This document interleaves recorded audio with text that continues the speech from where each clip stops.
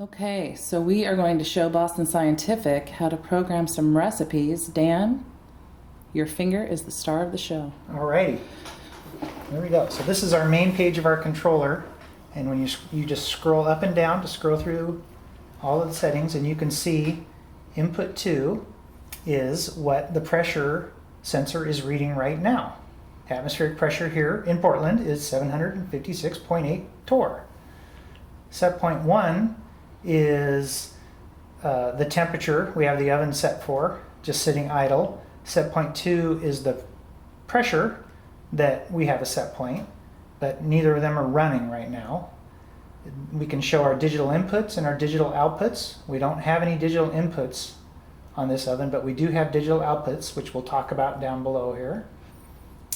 We have a display that'll show us the power for 1, which is the heaters, and 2 for the vacuum system, the date and time, and then we have some menus for setting up the oven: operations, profiles, setup, and factory. So we'll use the profiles menu to write our recipe. Dan, the setup and the factory menu, how likely is it that someone's going to need to get into those and adjust the parameters? Very unlikely. I do provide the a list of all of the settings for the oven in case we need to change something or something got messed up, but routinely you will stay out of there. There is a couple settings you might use to fine-tune the vacuum system that I can show. Other than that, there's nothing else the user needs inside. Would it be safe to say they should not touch those? That would be very safe to say. Okay, let's go ahead and say it. Okay, stay out of the setup. No offense, factory. nothing personal to Boston Scientific. It's just general Right. customer no touchy. No touchy. Okay, Write your recipes, use your recipes, you'll be good to go. all right. Okay, so let's talk a little bit about our digital outputs, because that's important to know when we go to write a recipe. We have 3 digital outputs on this oven. The first one, and listed on the sign below the controller, is the first digital output is evacuate. And that's the output you'll select in order to start pumping on the chamber. Digital output 2 is how you vent your chamber, and so you'll want to turn off output 1 and turn on output 2 in order to vent. And then digital output number 3 is your running light, so the light tower on top of the oven. So during your recipe, you can choose digital output 3 to make the green light come on to show you you're running. And at the end of your recipe, you can shut off your output and the green light will go off. So that's important to remember. Every time it asks you about outputs, turn on 3 to prove you're running. Is there ever a time when outputs 1 and 2 should be on at the same time? There is not. They are electrically interlocked, so you can't do them at the same time, but they are 2 separate outputs. So just as a rule of safety, always flip-flop them in your program. Okay. Okay, so, and I can show you that you can force your digital outputs if you just wanted to run the machine not in a profile. You can just go to your digital output line and scroll over to the right, and it will ask you which event you want to turn on. And if you were to turn on event output 1, which is the digital output 1, it asks you to turn it on or off. You just keep going to the right to activate it, and you hit on, and there's a click, and it's trying to pump. Since we don't have the vacuum pump on right now, it won't pump. And then the left always takes you back to the main screen, and now you will see that digital output 1 is on. And if you want to turn it off, you can just scroll over to 1 again and choose off. Dan, it's important, I guess, to mention at this point that by turning digital output 1 on, you're not actually turning on the vacuum pump. No. The vacuum pump's powered separately, has its own on and off button, completely separate system. All you're doing is opening the pneumatic valve. That is correct. Okay. Digital output 2 is the vent, and so you can force the vent on. You hear the click. Now the vent is open, and you can force it off again. And then output 3 is the green light, which we can turn on, which is on top of the oven, and we're not going to pan up and let you see that. But I'm an unbiased source, and I say yes, it turned the on. green light is on. Yes. Now there's one more light on the light tower, and that's the red light, and that's only in the case of a over temperature condition, which is a completely separate controller, and you can't force it on or off. It's either red if you're over temped or off if you're safe. Can you show us that controller? Can you see it? Yes. There you go. Okay. So this is completely independent of the other controller, a separate thermocouple, and you can see that right now we are safe, so the red light is off. And the current temperature of the oven is 23.3 degrees. If we go through the scroll setting, we have our high limit is now set to 230. So you can change your high limit just by adjusting this down. So we'll go ahead and force an over temperature condition by setting the over temp to 20 degrees. Dan, what if my set point is 100 degrees, let's say, on my main controller, and the over temperature controller sees 150, but the set point is higher than that? Will it show me an alarm condition? The main controller will not show you alarms. Okay. Main controller does not know that it has over temperature. That's why we have a completely independent controller for over temperature for safety. This over temp, you'll see now, if we go back to the main screen, it's showing you that you have a limit high, attention, and the red light is now on. On top of the oven. On top of the oven, and the heaters have been electrically de-energized. The main controller has no idea that you've over-temped. It just continues to run along, and it thinks it's trying to control temperature, but it can't because there is no electrical power to the main heaters. And likewise, if you didn't have that small thermostat set, it wouldn't know what profile you're running and what your application temperature is. So if you went over, it wouldn't care, Right. unless you set it. So you need to set this to slightly over your process if you're concerned about over temperature. So we can just go back into the menu and we can raise this back up And clear that alarm. and clear the alarm. So normally you would clear the alarm because you would have cooled your oven off and tried to figure out why you were over temperaturing.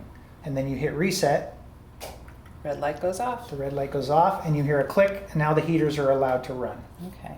You're back on the F4. Okay, so let's look at a recipe. So I have, if we go to the profiles menu and we go to edit profile, you will see that I have 2 recipes already loaded for you based on what you thought you might need. So what we'll do today is we'll create a 3rd profile from scratch. So let's go back. Anytime you go back all the way to the main menu, it'll ask you if you want to restore from what was previously saved or you want to save the new things. So since I didn't make any changes, I can just hit restore and it restores everything. So if you make a mistake, you can just go back and restore. But if you go back and don't save, you'll never save anything. So let's go to profiles, and we're going to create a profile, and it'll ask us if we want to give it a name. So we'll say yes. And so this one, by default, they do profile 1, 2, 3, etc. So you can just use the up and down arrows to change the letters, and all the way down goes to numbers and to blank, and then all the way up goes to Z. So we'll just go ahead and leave this one at profile 3, and then you can just go to each of the next letters all the way across, and you have I think you have 10 characters. So when you get to the 10th characters, it switches over and asks you what step you want for step number 1. So we don't use auto start. This can be used to start profiles automatically at a preset time in the future, which I've never messed around with, but it's probably pretty straightforward. You could probably make your first step, say start my profile at midnight, and your oven will start at midnight. But you'll have to check the manual and figure out how to use it. I've never used that feature. Normally what we use is ramp time, soak, and jump and end are the 4 biggest type steps that you'll use. So to set temperatures and vacuum levels, we'll use the ramp. And the nice thing is we get to set temperatures and vacuum levels in the same step. So the first thing it'll ask you is, does the step wait for something or does it not wait for something? So we just want to set up some temperature and vacuum levels. So we're not going to wait, we're just going to do it. So we do not wait. And then it'll start asking us about our outputs. So since we want to start pumping, we will choose evacuate to on. Then it will ask us, do we want vent? Of course, we don't want them at the same time, so we say off. And then it will ask us about running. And we want the green light to be on because we're running a profile, so we'll say on. Now it'll ask us how long to do this ramp. So because we just want to set the temperature and have the controller alone go to that temperature, we will just choose for 1 second. So Dan, will it actually get to temperature in 1 second? No, it will only set what the controller wants to get to in 1 second. If you make that step 10 minutes, it'll ramp from where it's at to the temperature we choose over 10 minutes. But the oven won't heat up in 10 minutes. It will just change the setting over 10 minutes. We don't want that. We want 1 second to just change it to our new temperature. So it usually defaults to 24°C, which is room temperature. So let's just choose something like 40 degrees Celsius. So the oven is going to set itself to 40 and start heating up. And we'll talk about that in the next step. That's channel 1, which is the heat. Channel 2, you'll see, if we go back, you'll see it's in C, so that's your big clue that channel 1 is your temperature. When we go to the next step is channel 2, you'll see that it says units. These are the units for the vacuum, which is between 1 and 1,000 torr. So right now it's set to 75 units, which is 75 torr. So that will be the set point. So in 1 second, we will set the temperature and we will set the vacuum level. It doesn't mean that it's going to get there in 1 second. That's just what we set it to. Then it asks us what PID units we want to choose for each of the channels. We always choose the top row, which is always set 1 for channel 1. And for channel 2, which is vacuum, it's set 6. So we have multiple PIDs, but we only use one set for each. So don't ever choose anything other than 1 and 6. And you'll see that on the sample recipe page that I provided for you. The next step will ask about guaranteed soaks. When there are features in these controllers that when you choose to soak and you want to soak at a certain temperature for a certain amount of time, if you want to guarantee that temperature, it can ask you, and then in the setup, we chose how wide of a temperature band or a vacuum band we wanted for the soak. We don't use that feature because the vacuum ovens are so slow to perform that it would be very difficult to choose a guaranteed soak band. So we just say no for soak 1 and no for soak 2. Now it loops back around and now we're on step 2. So as soon as you finish all the questions for the first step, since we're creating a recipe, it just drops us right into step 2 and asks us what we want to choose. So remember, the first step was 1 second and we set temperatures using the ramp time. Now if we want to just wait for it to get to temperature and wait for vacuum, we can choose to soak for a certain amount of time. So remember we had this question about waiting for. So the 1 second, it set it to temperature and we set it to a vacuum level, but it's not going to get there for a while. So you have to ask yourself, do I want to wait for it to get to that temperature or do I want to wait for it to get to that vacuum? Dan, how long do you think it takes on average for a vacuum oven to get to temperature and stabilize? Let's say a temperature in the Boston Scientific range under 100 degrees C. It would probably be 2.5 or 3 hours. Okay. It could be shorter, but to stabilize it depends on how narrow the band of temperature you're looking for.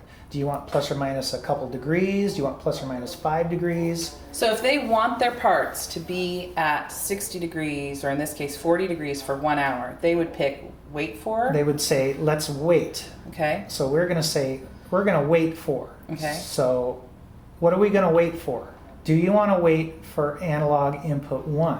So analog input 1 is the vacuum level, or the temperature level. Let's go back here. Waits for, don't wait, 1, 2, 3. Okay, so we're going to wait for 1 is actually the outside of the chamber heater. We never wait for this temperature. This one, you'll see in the manual, tells you ignore, do not wait for analog input 1. Because this is a Cascade control oven with 2 thermocouples to control the heaters, we ignore analog input 1 when it comes to recipes, so we do not wait. Okay. Analog input 2 is the vacuum level. So if we are just waiting for a temperature, we can pretty much ignore the vacuum. We don't wait. And then analog input 3 is the temperature of the oven. So let's wait for the temperature of the oven before we soak. Okay. So we will choose wait. Then what it will ask us is, well, what temperature are you waiting for? So we set it earlier to 40. And now, if you want your parts to be at 40, you could say wait until it gets to 40 degrees. The problem with this is that based on the PID values and the performance of the oven, it could take 3 hours to get to 40 degrees, and it might not ever get to 40. It might get to 39.9 or 39.8 and take another few hours to get to 40. So you would be waiting a long time. So I always recommend that you set the wait for enough degrees below that's within the tolerance that your parts can be soaked at. So if you want to bake your parts at 40, and you can be anywhere from 35 to 45, then set your wait for to 35. The wait will start as soon as it gets to 35. The oven will continue to try to heat to 40, but you've reached your minimum required temperature, and it may do a slight overshoot or a slight undershoot, but you'll still be in your band, and your soak time will start. So we set it for 35. It's not going to stop heating at 35. It's just going to keep going to 40, but it's going to do the soak starting at 35. And then it also asks about the outputs. So we're just going to continue to leave it evacuating, and we're going to continue to leave it not venting, and we'll make sure that the running light is still on. And now it will ask you, how long do you want to soak? So if we say hours, minutes, and seconds, so if your process is 40 degrees for 1 hour, we can choose 1 hour for our soak. And then again, it asks us about the PIDs. So we choose Don't touch. Just keep going, right? PID 1. 1 and 6, and we don't guarantee the soak. And now it loops us back around to step 3. So that's great. It's going to start pumping. It's eventually going to get down to the 75 torr we asked for, but we didn't put anything in there to make sure it got to 75 torr. We just put in a step to make sure it got to 40 degrees C, and then we soaked for 1 hour. So step 3 will only happen after the 1 hour. So now that we're done, what we'd like to do is, do you want your oven to go back to ambient? Do you want your oven to stay at 40? You have to decide what you want. In this case, what we can do is we can take and do another ramp, and we won't wait for anything, and we'll choose to turn off evacuate. We'll turn on the vent. We'll go ahead and we can leave the running light on or off. Let's go ahead and turn the running light off, and then we'll go for 1 second. Well, we want to vent, so let's choose at least 1 minute should be enough to vent the machine. So for 1 minute, and then we'll set the temperature back to room temperature. And because we turned it to vent and we turned off evacuate, you don't have to change your vacuum set point because we're not pumping. So you can leave it at 75. And we choose our PID sets again, 1 and 6. We don't care about guaranteeing. And now that step is done. So Dan, the oven won't actually cool No, the in oven, 1 minute. The oven will not cool But in 1 you've minute. cut power to the heaters, Right, it'll start cooling and it's down. going to start cooling off. Because the next step is if we hit end, it'll ask us what we want to do. So if we choose hold, it will hold the temperature that we last set it to. And it will hold the status of all the outputs. And that's what we would want, right? Because we want the vacuum valve closed. We and want the vent valve open. So we can do that. If you want to, you can do all off, and that will turn all the outputs off, which means it won't be heating, so it'll start cooling off.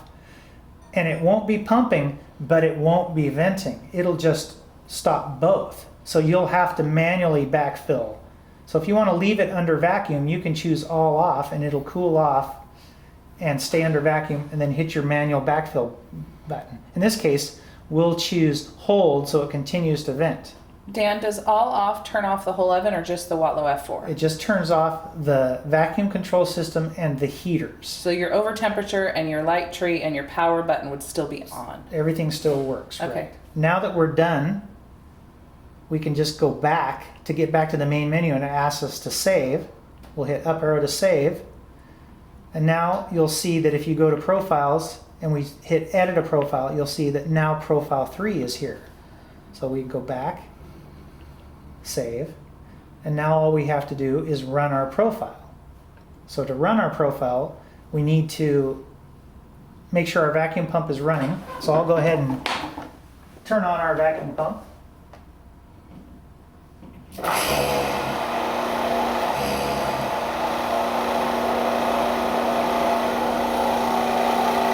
Okay, our vacuum pump is running. So now to run profiles, we use the profile button, which is the green little ramp button. It doesn't matter where you're at on the controller.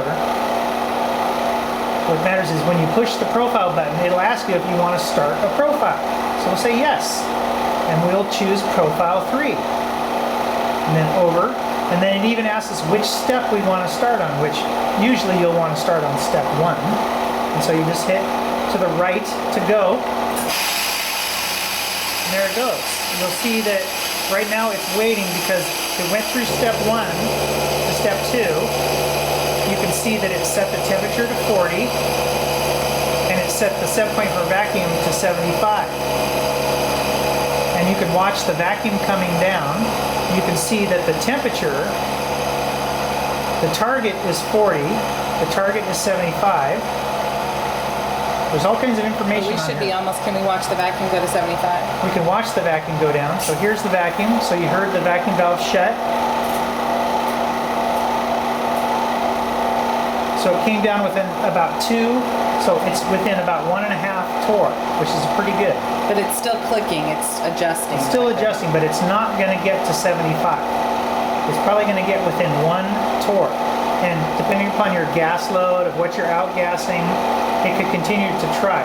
So if it's really important for you to be at 75, then make your set point 74, or look at how your oven performs on vacuum, and you might even go 73.6 or so, just to make sure it gets all the way down. So right now you'll see that we're on step 2, we're waiting, because now it's going to wait until we get to 35 degrees before it starts the 1 hour soak. So this is where you do your comedy routine for 3 hours while Yes. they're watching the controller. Yes. It's gonna be awesome. And it tells you remaining time is waiting. So it's as soon as we go to step 3, which was our 1 hour soak, this will start to count down and show you how much time is left in that step. And you can see your digital outputs. 1 is evacuating and 3 is your light. Now let's say you made a mistake and you didn't want to start this. You can just hit the profile button again, and now you'll see you're provided with another set of choices to hold the profile, so you can just put it on pause, or you can terminate the profile.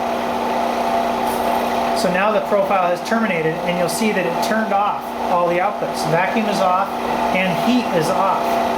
So you can manually backfill at this point, or you can use the trick I showed you about turning on the output yourself. But the manual backfill button will vent the machine, and if we look at the input, you can see the pressure going back up.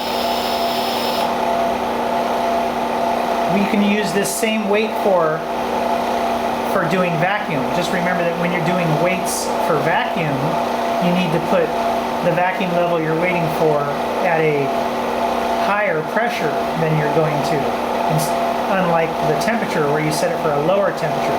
So if your target was 75, if your target was 75 torr, then you would do your wait for 76 or 77 torr, and then it will go to the next step. Can you turn off the pump?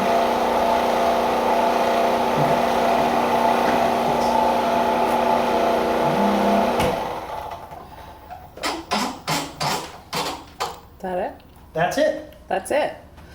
All right, everything's in the manual. If you have any questions, feel free to give us a call. Go Sox.